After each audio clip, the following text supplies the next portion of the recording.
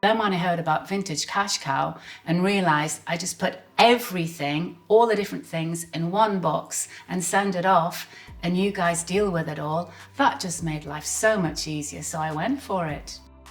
Vintage cash cow, take one.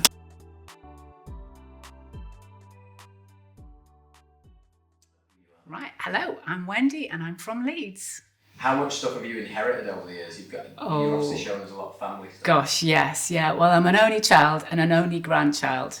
So I have inherited and acquired tons and tons of stuff over the decades and just couldn't bring myself to get rid of it. But yeah, I love it all. And it just goes with the house as well, because the house is old.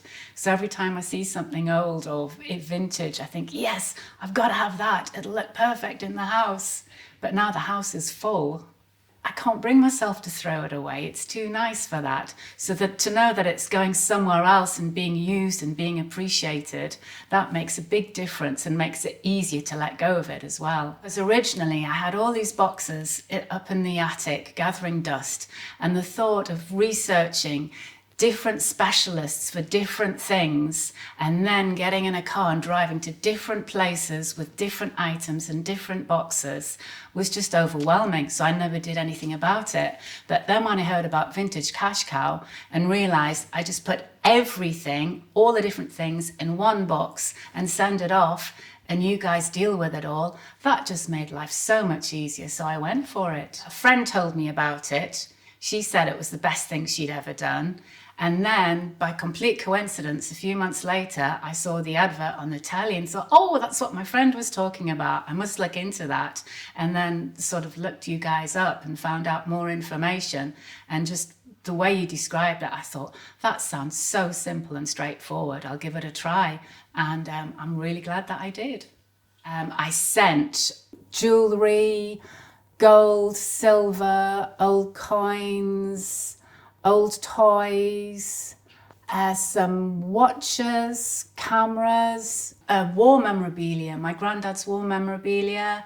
The precious stuff, you know, that's got the real connection, I actually got that framed and had it on a wall. But then I had all this other stuff that I'd acquired that I didn't actually know what the history of it was, where it was from.